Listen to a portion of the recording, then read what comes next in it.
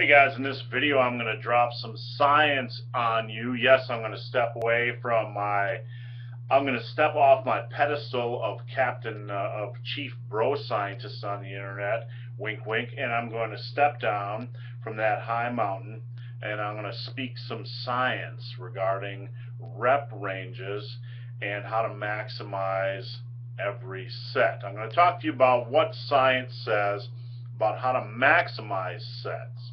So guys, before I get into that topic, I want to encourage you to stick around to the end of this video, find out how you can reach me, the big, hairy, ugly dude. The big, hairy, ugly dude. The hairy, ugly dude with your questions and or comments. So, what does science tell us about sets and how to maximize them to maximize hypertrophy, kids? Hypertrophy. Let's win the hypertrophy. The hypertrophy. How to maximize hypertrophy with a set. What science says is this. There's been a lot of studies on this topic. One of the most important ones that I found is the Carpinelli meta-analysis.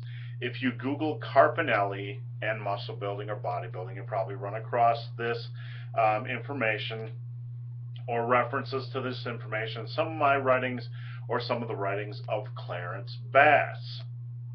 So, Carpinelli took a look at sets, at the research on sets, and found out, and this is going to seem obvious, that the deeper into a set you get, the more you are recruiting, you start to recruit more and more muscle fibers.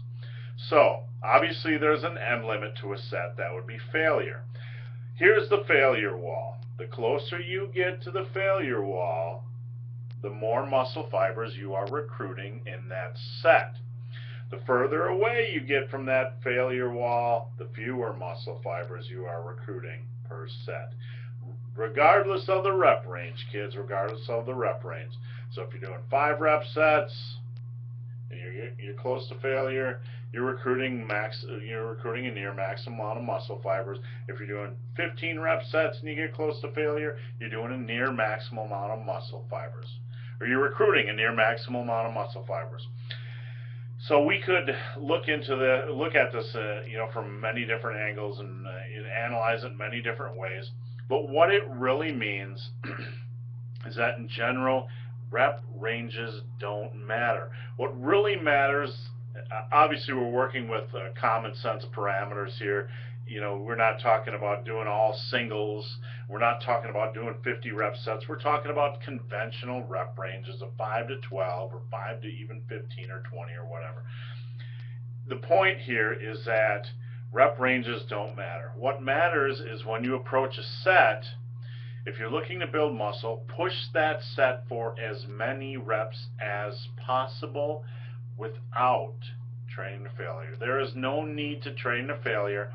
There's no need to take your body and start losing form and pushing it when your muscles don't want to work. That's just a recipe for injury. It's just not needed, okay? You just have to push it close to the failure, close to the point where you feel like, oh, I don't think I can make the next rep. When you hit that on a set, regardless of the rep range, stop the set. If you do that on every set, you are maximizing every set of every workout during the entire year. And that, my friends, will assure you of maximal progress.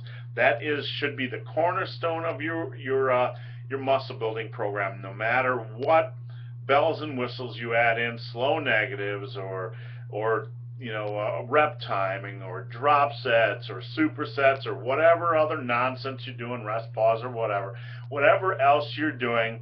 The cornerstone should be pushing that set for as many reps as possible. If you do that, you will naturally push progression or strength increases without forcing it or having to obsess about it or think about it. So if you hit the bench press, let's use an example. You hit the bench press today and you put 225 on the bar and you push it for as many reps as possible and you hit 8.